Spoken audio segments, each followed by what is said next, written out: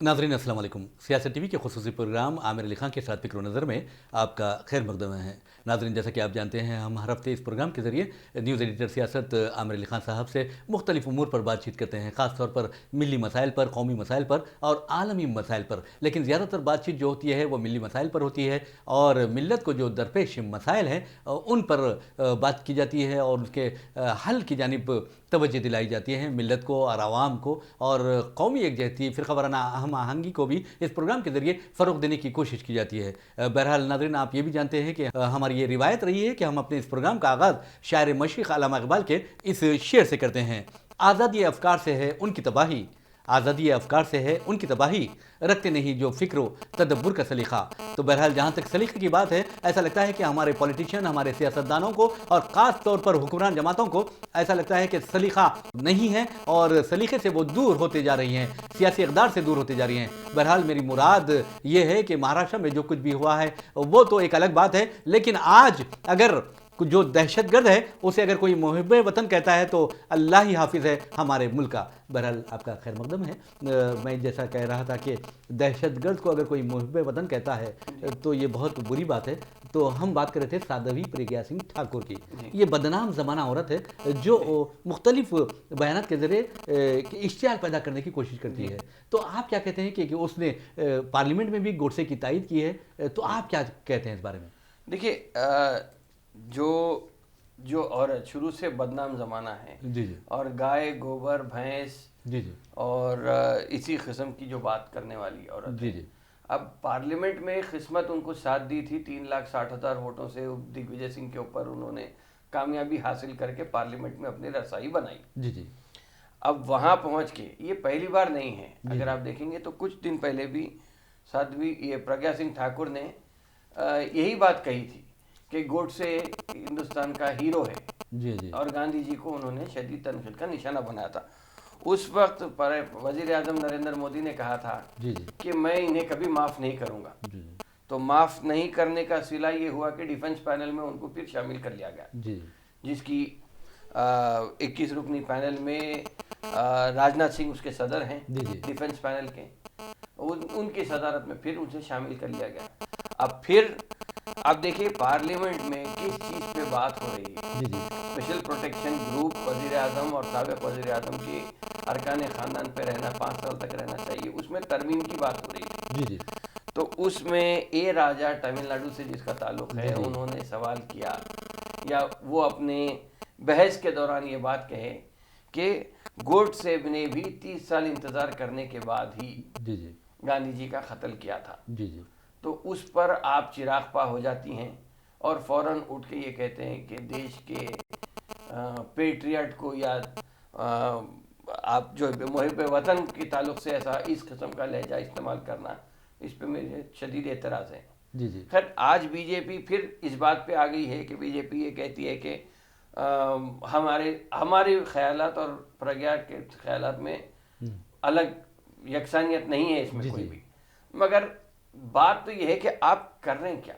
जी आप वजीर आजम बोलते हैं कि मैं उन्हें माफ़ नहीं करूंगा। अरे आपकी पार्टी की रुकन पार्लियामेंट है, कम से कम सस्पेंड करिए, एक हफ्ते के लिए सस्पेंड करिए, कुछ तो होना चाहिए, वरना तो फिर बेलगाम कोई ना कोई हर कोई बोल लेते चले जाएगा। जी जी तो आप क्या समझते हैं कि जिस तरह गोडसे की वो तारीफ पे तारीफ की जा रही है और गांधी जी को नीचा दिखाने की कोशिश कर रही है और वज़ीर आज़म ये कहते हैं कि माफ़ नहीं करेंगे, लेकिन जैसा कि आपने कहा है कि मुअत्तल करना, मैं तो चाहता हूं कि वज़ीर आज़म अगर चाहे तो उसे कुछ भी कर सकते हैं, यानी सस्पेंड कर सकते हैं और पार्टी से निकाल फेंक सकते हैं। कुछ भी कर सकते, जी जी बिल्कुल कर सकते। देखिए आप, मैं तो इस मौके पे, चूंकि कॉन्स्टिट्यूशन दिवस भी अभी मनाया गया है, बल्कि 26 नवंबर को हमारी जी जी जो बम्बई अटैक्स के ऊपर जो हुई थी एनिवर्सरी बरसी के तौर पे आप जो भी जी बोले वो जी मनाया गया है।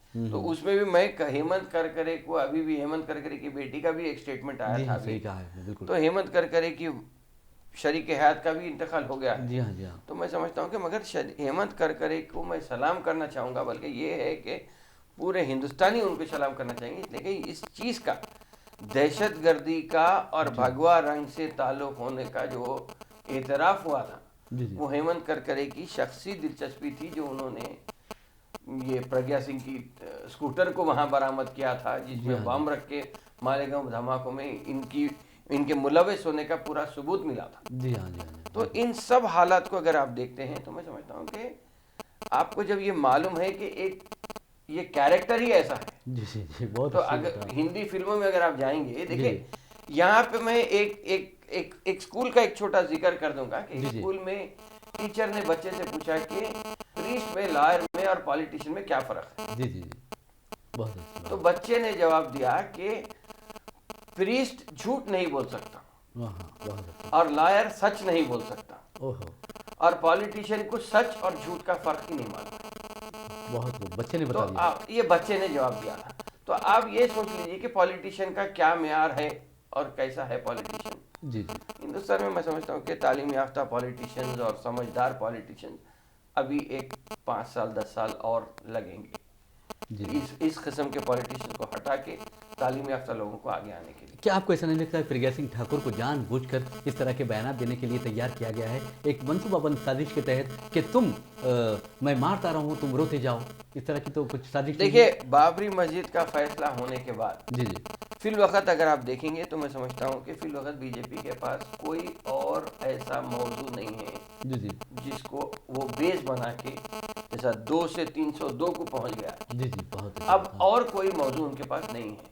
इसलिए कि लोग हर जगह अगर आप जाएंगे, किधर भी चले जाइए, आप बिहार जाइए, यूपी जाइए, महाराष्ट्र जाइए, राजस्थान जाइए, किसान खुदकुशी कर रहे हैं। आम आदमी में अगर आप देखेंगे तो कत्ल गारतगिरी के वाक़यात ज़्यादा बढ़ गए हैं, जी जी इसलिए कि लोग कहीं ना कहीं मुतमईन नहीं हैं, तो अपना फ्रस्ट्रेशन निकालने के लिए वो वायलेंस पे उतर आ रहे हैं। बल्कि मैं तो ये कहूँगा कि जो मॉब लिंचिंग भी जो हो रही थी, वो भी एक किस्म का फ्रस्ट्रेशन निकालने की एक कोशिश थी, जिसमें मॉब लिंचिंग करके दलितों को और मुसलमानों को निशाना बनाया गया। जी जी, तो इस किस्म से मैं समझता हूँ कि प्रज्ञा सिंह ठाकुर के जरिए जरिए हो या उनकी और ऐसी सोच रखने वालों को, मैं समझता हूँ कि अभी थोड़ा बहुत मौका दिया जाएगा, ताकि फिर से फिरका वाराना, फिरका परस्ती का माहौल गरमाया जाए और गरमा के ही रखा जाए। जी जी। तो क्या आपको ऐसा नहीं लगता कि प्रज्ञा सिंह ठाकुर का जो मौजूदा बयान आया है वो और महाराष्ट्र की सियासत से कुछ ना कुछ ताल्लुक है? देखिए, मैं लास्ट टाइम भी जो बात हुई थी कि हफ्ते के दिन सुप्रीम कोर्ट ने बाबरी मस्जिद का फैसला सुनाया। जी हाँ। करतारपुर कॉरिडोर की अहमियत को कम करना था और बाबरी मस्जिद इसीलिए बाबरी मस्जिद का फैसला सुनाया गया हफ्ते के दिन। उसी तरह ठीक आप देखिए, जिस तरह बकौल राम पुनियानी के बीजेपी की नाक कट गई महाराष्ट्र में। जी जी, वजीर आजम जी जी बीजेपी का है, जी जी बीजेपी के सदर अमित शाह, जिसको मास्टर स्ट्रैटेजिस्ट माना जाता है, इन दोनों को भी चकमा देके नई हुकूमत ऐसी बनी है कि कॉमन मिनिमम प्रोग्राम के ऊपर एक बाज़ाब्ता तौर पे बातचीत होके ट्राई पार्टी हुकूमत बनने जा रही है। जी जी और ट्राई पार्टी हुकूमत में समझता हूँ कि ये महाराष्ट्र में मालेगांव, प्रज्ञा सिंह ठाकुर, भोपाल, ये सब कनेक्टेड एक साथ हैं। तो अब हिंदुत्व लाइन को एक हवा देने की, कल देखिए आप, कोई महाराष्ट्र के ऊपर ज़्यादा नहीं बात करेगा कोई अखबार में जी जी या टीवी चैनल पे, बल्कि सब लोग यही लग जाएंगे कि प्रज्ञा सिंह ठाकुर को एक मौजूद बहस बना के उस पर डिबेट्स होंगे, तबादला ख्याल होगा, न्यूज़ में वही चलेगा। तो महाराष्ट्र की सियासत से यकीनन इसका कहीं ना कहीं उसको कम करना है और प्रज्ञा सिंह ठाकुर को उठाना है। यानी आपका मतलब यह है कि जो मोदी मीडिया है वो इस तरह की बातें करेगा कि डिफेंस पैनल से उसे निकाल दिया गया है, बहुत ज़बरदस्त एकदम क्या है, अब पूरा वही होगा। जी अब जी प्रज्ञा सिंह ठाकुर, जब तक प्रज्ञा सिंह ठाकुर छाई भी रहेंगी टीवी पे, जी जी महाराष्ट्र की अहमियत कम हो जाएगी। जी जी, बहरहाल अपनी जो तो अपनी नाकामी को जी, जी। छुपाने के लिए प्रज्ञा सिंह ठाकुर को हो सकता है कि उभारा गया है पार्लियामेंट में इस किस्म का बयान देने के। तो आपका मतलब यह है कि बीजेपी को जो जख्म पहुंचा है, जो नाक कट गई है महाराष्ट्र में, उसको मुंदमल करने के लिए प्रज्ञा सिंह ठाकुर को मरहम की तरह इस्तेमाल किया जा रहा है? प्रज्ञा सिंह ठाकुर को मरहम की तरह बोलिए आप या पेट्रोल की तरह बोलिए, आग में अगर पेट्रोल डालेंगे तो जिस तरह आग भड़कती है, जी जी तो बहरहाल हिंदुत्व कार्ड को फिर आगे लाने की एक कोशिश हो रही है। जी जी इसलिए कि शिवसेना का, देखिए संजय रावत का एक बयान ये भी आया है कि संजय रावत ने ये कहा है कि अब तक आपने हमारी दोस्ती देखी है, जी जी अब दुश्मनी भी देख ली। जी जी तो किस तरह दोस्ती दुश्मनी, जब दोस्त दुश्मन बन जाता है जी जी तो कितना नुकसान पहुंचा सकता है, वो बीजेपी को उसका शायद अंदाज़ा है। जी जी जी। तो एक सवाल ये पैदा होता है, दोस्ती की जब बात आती है, दुश्मनी की जब बात आती है, दोस्त दुश्मन बन जाता है, तो लेकिन देखा ये गया है कि जिसमें ज़र्फ़ होता है वो बहुत ही एहतियात से काम लेता है, एहतराम करता है देखिए, अपने दुश्मन ज़र्फ़ का भी। और सियासतदान एक साथ आप जोड़ना मैं समझता हूँ कि बेफायदा रहेंगे अगर हम ज़र्फ़ और सियासतदान की बात करेंगे। जी, जी, जी, बहुत अच्छी बात कही। बहरहाल हम दूसरी बात करते हैं। तो ये राजनाथ सिंह का ये बयान पार्लियामेंट में आया है कि हम उस चीज़ की मजम्मत करते हैं जो प्रज्ञा सिंह ठाकुर ने कही है और साथ ही उस फ़िक्र की भी मजम्मत करते हैं। लेकिन आपको क्या ऐसा लगता है कि बीजेपी की फ़िक्र कभी बदल सकती है? देखिए, फ़िक्र और मजम्मत ये सब अल्फाज का जो उलटफेर है, जी, जी। ये फिलवक़्त बीजेपी के पास अच्छा है। जी, जी। चाहे वो राजनाथ सिंह हो, चाहे वह नरेंद्र मोदी हो या अमित शाह हो, मैं समझता हूँ कि उनके पास ओरेटरी स्किल्स बहुत अच्छे हैं। जी, जी, जी। तो अल्फाज को अच्छा लपट के अच्छी पैकिंग में पेश करते चले आते हैं। जी, जी। आप ये क्यों कह रहे हैं कि उस पर तनकीद कर रहे हैं, हमारे ख्यालात इससे अलग हैं। जी, जी। आप एक्शन करके दिखाइए। जी, जी। देखिए, हरकत अगर आप करेंगे तो ही हमें समझ में आएगा कि आप यकीनन आपकी सोच और प्रज्ञा सिंह की सोच अलग है। तो इसका मतलब आप क्या समझते हैं कि ये चाहते हैं कि बीजेपी प्रज्ञा सिंह ठाकुर को निकाल फेंके? कुछ तो होना चाहिए। जी, जी। सस्पेंड, या तो सस्पेंड तो करिए आप। जी, जी। अगर आपकी सोच उनकी सोच से नहीं मिलती है, वो उनकी शख्सी राय है और आपकी पार्टी की राय अलग है, जी, जी। तो आप सस्पेंड तो करिए। ये भी हो सकता है। आप निकाल के भी फेंक दे सकते हैं, आप डिसमिस भी कर सकते, आप कुछ भी कर सकते। जी, 302 जी। है, 301 होंगे तो क्या फर्क पड़ेगा। जी, जी। मगर क्या करेंगी बीजेपी? हरकत। देखिए, अल्फाज से ज्यादा हरकत की जरूरत है। जी, जी। एक बात जैसा कि राहुल गांधी ने भी कही है, सोनिया गांधी ने भी बहुत ही मुहतात अंदाज में इजहार ख्याल किया है, लेकिन ये देखा जाए कि प्रज्ञा सिंह ठाकुर को आम लोग भी पसंद नहीं कर रहे हैं, उनको बहुत बुरा भला कह रहे हैं। जी जी, जी। नहीं, मतलब ये सोच, देखिए, हिंदुस्तानी के हिसाब से ये सोच आगे जमना मुश्किल है। जी, जी। लेकिन हो रहा ये कि ऐसे ही लोगों को आगे बढ़ाते हुए जी, जी। लेके जाके, देखिए, कंट्रोवर्शियल रिमार्क्स की अगर आप बात करेंगे तो प्रज्ञा सिंह ठाकुर ने ये भी कहा था कि करकरे की मौत मेरी बददुआ की वजह से हुई है। जी हाँ, जी हाँ। तो इस किस्म की कंट्रोवर्सी क्रिएट करना और टेलीविजन पे छाए रहना, जी, जी, जी। ये कोशिश। नहीं, राहुल की जहाँ तक बात है, उन्होंने भी ट्वीट करते हुए मजम्मत की है। नहीं, अब कांग्रेस करेंगी तो ये बात आएंगी कि तो कांग्रेस तो करना ही है। जी, जी। मगर राहुल गांधी ने भी टेररिस्ट हाँ, ये करार दिया है। एक टेररिस्ट दूसरे टेररिस्ट को। जी, जी, जी। तो पहला, अगर तारीख की बातों में अगर जाएंगे, जी, जी। तो फर्स्ट टेररिस्ट ऑफ इंडिया अगर देखेंगे तो नाथुराम गोडसे, जो गांधी जी का कातिल है। जी, जी। तो बहुत भले ही ही 30 साल इंतजार कराऊंगा, लेकिन कत्ल तो किया। तो आप क्या समझते हैं कि जैसा कि बीजेपी जुमलेबाजी करती है, अल्फाज का उलटफेर करती है, राहुल गांधी ने भी कुछ इसी तरह इस्तेमाल किया है राहुल गांधी भी उकसाने या की हकीकत? कोशिश- जी, जी। नहीं, राहुल गांधी भी उकसाने की कोशिश कर रहे हैं कि बीजेपी को आप क्या करते। जी, जी। देखना ये है कि कुछ हरकत होती बीजेपी में, या सिर्फ मजम्मत करेंगे, मेरे आपके बयानात से मुझे नापसंदीदगी का इजहार करेंगे। जी, जी। इस किस्म की बातें होती हैं, ये देखने की कोशिश है। बहरहाल जैसा कि आपने राहुल गांधी के हवाले से कहा कि एक दहशतगर्द दूसरे दहशतगर्द को मुहिब वतन करार दे रहा है, तो मैं समझता हूँ कि आज हिंदुस्तान में दहशतगर्दी बहुत ज़्यादा फ़रोग़ पा रही है, लेकिन ये दहशतगर्दी मजहबी दहशतगर्दी है, मजहबी इंतहा पसंदी है। अब देखते हैं एक छोटे से ब्रेक के बाद कि इससे कि हिंदुस्तान को नुकसानात क्या हो रहे हैं।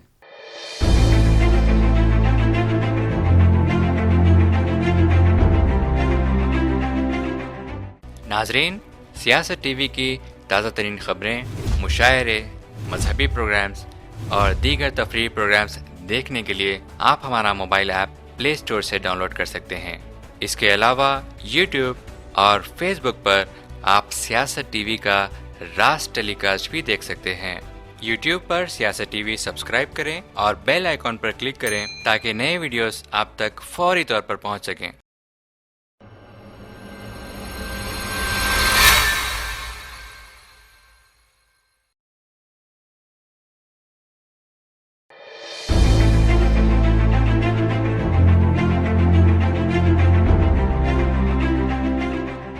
नाज़रीन, ब्रेक के बाद फिर से आपका खैर मकदम है। हम बात कर रहे थे मजहबी इंतहा पसंदी की बात कर रहे थे, दहशतगर्दी की बात कर रहे थे और हिंदुस्तान को पहुंचने वाले नुकसान की बात कर रहे थे। लेकिन ये बात करने से पहले हम चाहेंगे कि महाराष्ट्र की तरफ कुछ बात करें, महाराष्ट्र की तरफ जाएं। और महाराष्ट्र के ताल्लुक से जहाँ तक सवाल है कि आपको ऐसा नहीं लगता कि एनसीपी में और चाहे वो कांग्रेस में हो, वहाँ अब कुछ ना कुछ मुस्लिम जो एमएलएज हैं उन्हें वजीर बनाया जाएगा, काबीना में शामिल किया जाएगा? जी, मैं समझता हूँ कि एक दो लोग तो बनेंगे। जी जी जी।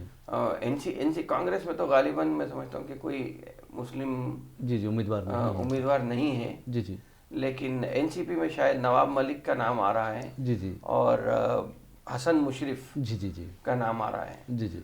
समाजवादी पार्टी के अबू आसिम आजमी भी हैं। जी जी। और बाबा सिद्दीकी जो मशहूर हैं सोशलाइट, उनके बेटे भी जी जी बने हैं एमएलए। तो हो सकता है कि दो तीन मुस्लिम चेहरे भी शायद वजीर बन के निकलेंगे। एक सवाल ये है महाराष्ट्र की सियासत को लेकर। अब चलिए, वहाँ पर शिवसेना, एनसीपी और कांग्रेस ने हुकूमत जो बनाने का ऐलान भी कर दिया है और आगे भी बढ़ चुके हैं बहुत ज़्यादा। तो क्या आपको ऐसा लगता है कि वहाँ कॉमन मिनिमम प्रोग्राम, मुश्तरका अक़ल तरीन प्रोग्राम, वो कामयाब रहेगा? देखिए, सियासी मजबूरी है तीनों पार्टीज की। जी जी। देखिए, अगर बीजेपी को यकीनन नुकसान हुआ है। जी जी। लेकिन बीजेपी जितने गुजराती लोग सेटल्ड हैं महाराष्ट्र में, जी जी, वो बीजेपी को वोट देने वाले। जी जी। और जो महाराष्ट्रियन हैं वो शिवसेना को वोट देता, जी जी, या एनसीपी को वोट देने वाला है। जी जी। तो अब झगड़ा ये था कि अगर एनसीपी और शिवसेना साथ तो थी, लेकिन बीजेपी जिस तरह शिवसेना के परे काटते चले जा रही थी, जी जी, तो उससे शिवसेना का वजूद खतरे में आ गया था। जी जी। तो इसीलिए शिवसेना ने वो 2.5 साल की बात की थी जी बीजेपी के साथ। और बीजेपी को कभी इसका इम्कान था कि अगर हम शिवसेना को 2.5 साल देंगे तो वो फिर से ताकतवर हो जाएंगे और बीजेपी को नुकसान होगा। इसीलिए बीजेपी ने ये नहीं मानी। अलबत्ता 5 साल तक उद्धव ठाकरे को ही चीफ मिनिस्टर बनाने की भी बात आ रही है अभी। जी। तो मैं समझता हूँ कि शिवसेना की मजबूरी है कि वो 5 साल रहेंगे और इत्तेदाल पसंदी के साथ या कॉमन मिनिमम प्रोग्राम के तहत काम करने के वो पाबंद रहेंगे। जी। और रहा सवाल शरद पवार का, देखिए, ग्रैंड ओल्ड पार्टी जैसा कांग्रेस को कहते हैं, वैसा मैं समझता हूँ कि ग्रैंड बोलिए या ग्रेट पॉलिटिकल लीडर चाणक्य भी बोल। जी जी। महाराष्ट्र अगर देखेंगे तो मैं समझता हूँ कि शरद पवार का जी जी शुमार उसमें होता है। एक सवाल ये पैदा होता है कि महाराष्ट्र में क्या आपको ऐसा लगता है कि मराठा जीता है या गुजराती जीते हैं या फिर दस्तूर की कामयाबी हुई है? देखिए, गवर्नर का जो रोल रहा है हर वक्त, चाहे वो आप महाराष्ट्र से अगर शुरू करें तो महाराष्ट्र में देखिए आप, या कर्नाटका में देखिए आप, या गोवा में देखिए। तो ऐसी रियासतों में अगर आप देखेंगे तो गवर्नर का रोल मशकूक हो गया है। जी जी। तो इस मर्तबा सुप्रीम कोर्ट का दरवाज़ा खटखटाने से और तीनों पार्टीज एक जगह आके कॉमन मिनिमम प्रोग्राम के ऊपर बातचीत होने के बाद मैं समझता हूँ कि ये दस्तूर की कामयाबी हुई है। जी जी। दस्तूर, यौम दस्तूर भी मनाया गया है और मैं समझता हूँ कि उसी दिन दस्तूर की भी कामयाबी हुई है। जी जी। उसके बाद ही ये चीज़ तब्दील हुई है जी जी कि ये तीन पार्टीज का एक जगह आना। जी जी। और गवर्नर भी सुप्रीम कोर्ट के दबाव में आकर भी, अगरचे कि गवर्नर का रोल अगर आप देखेंगे तो फ्लोर टेस्ट के लिए वो काफ़ी कोशिश या काफ़ी टाइम ऐसा दिए हैं। जी जी, ये कहा जा रहा है जिसमें बीजेपी हॉर्स ट्रेडिंग कर सकती थी। जी जी। और बहुत मुमकिन है कोशिश हुई। जी जी। अगरचे कि अजीत पवार का वहाँ पे शामिल होना फिर वापस आ जाना जो हुआ है, आप देखिए कि उसमें सब करने के बावजूद भी सुप्रीम कोर्ट ने जिस तरह अपनी बरतरी बरकरार रखी, जी जी, उसके वजह से गवर्नर ज़्यादा कुछ कर नहीं पाए और दस्तूर की कामयाबी हुई है। बहुत अच्छी बात कही है। बहरहाल नाज़रीन, आपको बता दें कि जहाँ तक दहशतगर्दी का सवाल है, हिंदुस्तान को नुकसान पहुँचने का सवाल है, इंतहा पसंदी, मजहबी जो इंतहा पसंदी है वो अपने नुक्ते उरूज पर पहुँच गई, मॉब लिंचिंग हो रही है, फ़िरका परस्ती बढ़ गई है। लेकिन दहशतगर्दी से ख़तरनाक अगर कोई चीज़ है तो वो शराब नोशी है और हिंदुस्तान में शराब नोशी ने तबाही व बर्बादी फैला दी है। तो हम सवाल शराब नोशी के बारे में करते हैं। अक्सर शराब पीकर लोग जो गाड़ी चलाते हैं उससे उन्हें तो नुकसान नहीं पहुँचता, लेकिन दूसरे जो गरीब हैं वो मारे जाते हैं। हैदराबाद में इस तरह के कई वाक़यात पेश आ रहे हैं। आप क्या समझते हैं इस बारे में? देखिए, क़त्ल गारतगिरी मैं समझता हूँ कि ये मज़हब से दूरी का नतीजा है जी मैं अगर इस्लामी नुक्ते नज़र से भी बात करूँ जी जी तो उसके बावजूद भी अगर आप देखेंगे तो फ़ाइन इंक्रीज करने से सिर्फ हुकूमतों की आमदनी बढ़ी है, बल्कि मरकज़ी हुकूमत नितिन गडकरी का एक स्टेटमेंट आया था कि 2000 करोड़ की या 200 करोड़ 2000 करोड़ की शायद जी जी हिंदुस्तान भर में नए कानून के तहत वसूल किए जाने वाले टैक्स चालानात से जी जी इतनी आमदनी बढ़ी है। यानी नए मोटर व्हीकल तो एक्ट। मोटर व्हीकल ये देखिए इससे कुछ होने वाला नहीं है जी जी आप जब तक के लोगों में सलीका नहीं लाएंगे। जी जी मिसाल के तौर पे गाय भेड़ भैंस की तरह अगर हम ट्रैफिक चलाते रहेंगे तो यकीनन हलाकतें भी बढ़ती जाएंगी। जी जी पूरे हिंदुस्तान में अगर आप लास्ट ईयर का फिगर देखेंगे तो तकरीबन 1,75,1,76,000 बिल्कुल अमवात हुए हैं जी जी और अगर एक एक्सीडेंट में 4 भी अगर लोग जख्मी का एवरेज अगर हम लगाएंगे तो तकरीबन 5-6 लाख के करीब ये फिगर पर चले जाता है। जी जी तो आप फाइन लगाने से कुछ होने वाला नहीं है। जी जी लेन डिसिप्लिन अगर आप देखेंगे बॉम्बे की ट्रैफिक और हैदराबाद की ट्रैफिक में ही अगर आप देखेंगे तो हमारी सड़कों पे गाय भेड़ भैंस की तरह है सो लोग इधर से उधर चले जाते हैं। जी जी बम्बई में ये चीज़ नहीं है, बम्बई में सलीके से चलती है गाड़ी, जी। एक के पीछे एक आप लेन में रहना है, लेन तोड़ेंगे तो आपको चालान हो जाएगा। जी जी तो इस किस्म से मैं समझता हूँ कि कई चीज़ें गाड़ी अच्छी हो गई है, गाड़ी तेज़ रफ्तार दौड़ने वाली है, लेकिन चलाने वाले को उसकी रफ्तार का और उसके ब्रेक्स का अंदाज़ा नहीं होने की वजह से ये नई प्रॉब्लम आ रही है। नहीं, जो वाक़या बायोडाइवर्सिटी फ्लाईओवर के पास पेश आया, आप देख रहा है कि शराब पीकर चला रहा है, चलाने वाला एक है, हाँ। गाड़ी बाजू बैठने वाला एक है, पीने वाला अलग है, चलाने वाला अलग है, और गाड़ी पुल पे से गिरती है, बेचारी नाक एक बच्ची उसमें कुबरा बेगम आके जख्मी हो जाती है। जी जी तो एक खातून फौत हुई है, एक लड़की जख्मी हुई है। अब देखिए कुबरा बेगम का भी अगर आप जिक्र करेंगे तो अनंतपुर से ताल्लुक़ रखने वाली, डेली रोज़ाना के मजदूरी करने वाले की बेटी जैसा भी हो इंजीनियरिंग कर लेती है, जी जी जी वापस आके जॉब इंटरव्यू देती है, जॉब की खुशखबरी अम्मा बाबा को देती है, उसके बाद जख्मी हो जाती है। जी जी अब केयर हॉस्पिटल में गई है, केयर हॉस्पिटल वाले ये कहते हैं कि 5 लाख रुपए का खर्चा आएगा, आप पैसे जमा करिए, हम इलाज करेंगे। जी जी ये कहाँ का इंसाफ है? जी तो दवाखाने भी जल्लाद खाने बन गए हैं आजकल। पैसे बटोरने का एक ऐसा हो गया है कि पेशेंट जाते ही पेशेंट को इतना डराया जा रहा है कि वो जितने पैसे अपने पास है वो देने के अलावा आज अड़ोस पड़ोस से भी लाके पैसे जमा करना पड़ रहा है। अगरचे के जगन की वाई जगन मोहन रेड्डी की बीवी जो है भारती रेड्डी, उन्होंने खुद शख्सी तौर पर जाके पेशेंट से मुलाकात की, ना सिर्फ इलाज का तयखुन दिया बल्कि सरकारी मुलाजिमत का भी वादा किया है। ये बहुत बड़ी बात है। तो इस KTR ने भी कहा है कि हम इलाज का खर्च बर्दाश्त करेंगे। जी जी लेकिन आप ये देखिए गाड़ी चलाने वाला है जी जी उसका नाम भी कलवा कुंटला है, कोरटले से ताल्लुक रखता है लड़का, फैमिली नेम तो सेम है। जी जी तो आप गाड़ी लेते हैं, गाड़ी भगाते हैं 104 किलोमीटर की स्पीड से, जी वो गाड़ी ब्रिज पे से गिरती है नीचे। तो इसके कहीं ना कहीं देखिए जब पुल बन रहा था बायोडाइवर्सिटी का, उस वक्त जो नकाइस की निशानदेही हुई थी उसको आप नज़रअंदाज करके क्योंकि मौजूदा हुकूमत के करीबी ताल्लुकात होने की बिना पे वहाँ के जो बिल्डिंग्स हैं, शायद माय होम की बिल्डिंग्स हैं, वो बिल्डिंग्स को बचाने की खातिर आप प्लान में तब्दीली नहीं लाते हैं। और जब एक्सीडेंट होता है तो उसके बाद ये बात आहिस्ता आहिस्ता आती है कि जब भी हम ये बात निशानदेही कहते हैं कि ये फ्लाईओवर डाइवर्सिटी फ्लाईओवर में कुछ प्रॉब्लम है। जी जी तो क्या आपको ऐसा लगता है कि जो शराब नोशी है सिर्फ हैदराबाद ही नहीं, तेलंगाना नहीं, आंध्र प्रदेश नहीं, बल्कि सारे हिंदुस्तान में तबाही और बर्बादी का एक जाल फैला रही है? क्या हमारी हुकूमत कब होश में आएगी इस ताल्लुक से? देखिए शराब नोशी करना चाहिए, लेकिन शराब नोशी की अगर बात करेंगे तो तकरीबन 35,000 करोड़ रुपए की आमदनी होती है हुकूमत को शराब नोशी से। जी जी एक्साइज की जो आमदनी होती है जी। तो और एक बात मैं आपको एक बात कह दूं कि इसी बात में जब शराब नोशी की बात आई तो एक्साइज डिपार्टमेंट पे मुसलमानों का ज़्यादा तकर्रुर होता है। जी जी इसलिए कि मुसलमान शराब नहीं पीता जी तो शराब की हिफाजत हो सकती है मुसलमान से। तो हर चीज़ के ऊपर कुछ ना कुछ सोच के यानी ये फैसला होता है। जी जी बिला मकसद किसी का तकर्रुर या तो मुसलमानों को आप शराब एक्साइज डिपार्टमेंट में रखते हैं, हाँ, शराब यानी नोशी मुसलमान से सख्ती चूके- करेगा। सख्ती कर, खुद तो पीता नहीं ना, हाँ, इसलिए वरना सख्ती अगर करे। पीना शुरू कर देंगे तो बॉटल खत्म हो जाएंगे। जी जी तो वो देखने के वास्ते, हिफाजत के वास्ते मुसलमानों को ज्यादा तकर्रुर होता था।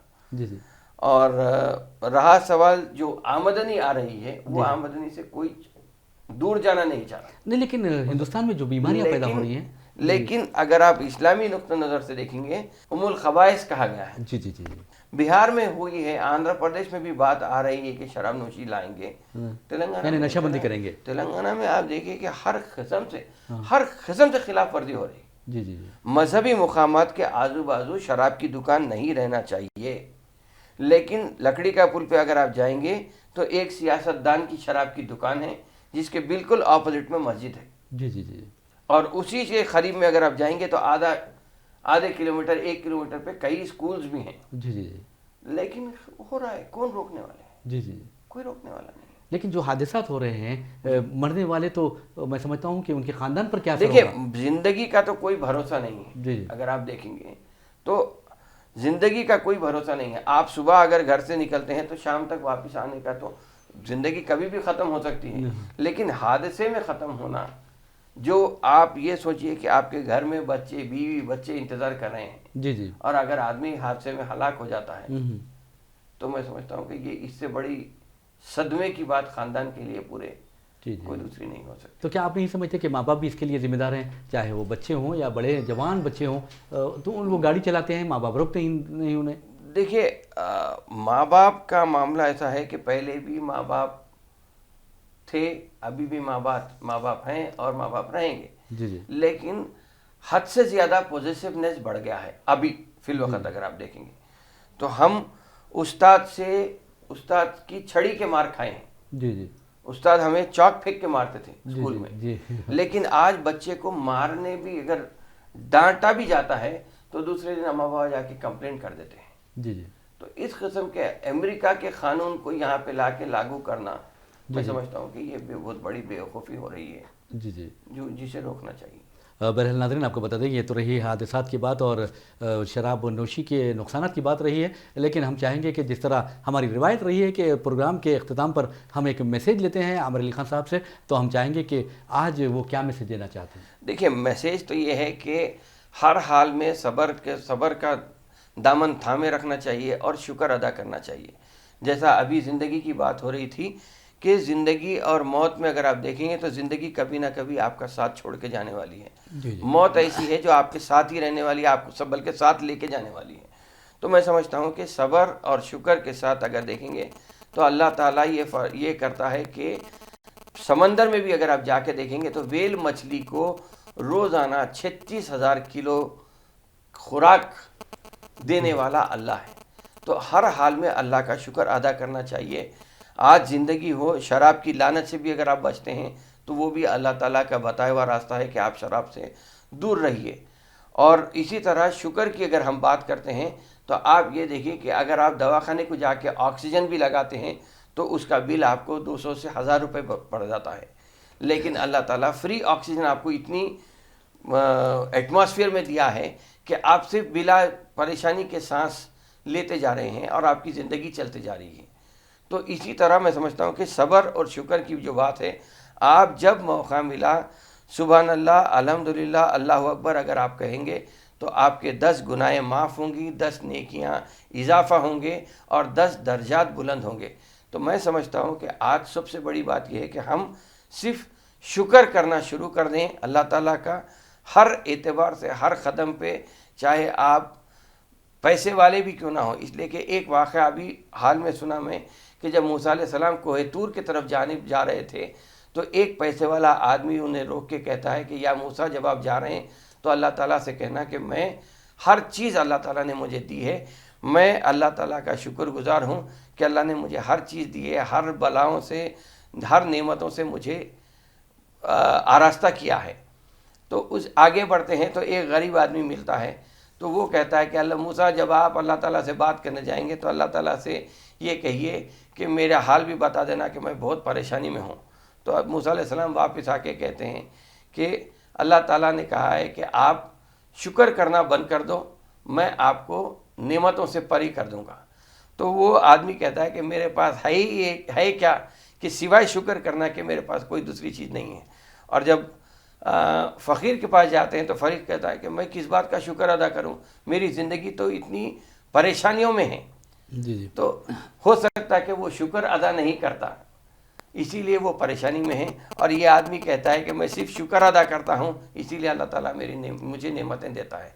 तो मैं समझता हूँ कि ये एक ऐसा सबक आमोज़ वाक़या है कि हम हर हाल में अल्लाह का शुक्र अदा करते रहें, तो मैं समझता हूँ कि हमारी ज़िंदगी और हर किस्म के आगे के जो बलाइयाँ हैं वो भी दूर हो जाएंगे, मुस्तक़बिल की राह भी एक दरख्शां बन सकती है। बहरहाल बहुत ही प्यारा मैसेज आपने दिया है और हर बंदे को अल्लाह ताला का शुक्र अदा करना चाहिए, उसकी ताअत करनी चाहिए और अपनी ज़िंदगी को उसके तालीमात या उसके अहकामात के मुताबिक गुजारनी चाहिए। बहरहाल नाज़रीन, इन्हीं खबरों इन्हीं ख़यालात के साथ हम अपना प्रोग्राम फ़िक्र व नज़र इख्तिताम को पहुँचाते हैं। मुझे मोहम्मद रियाज़ अहमद को इजाज़त दीजिए। इंशाअल्लाह फिर मुलाकात होगी, फिर बात होगी। तब तक के लिए अल्लाह हाफ़िज़।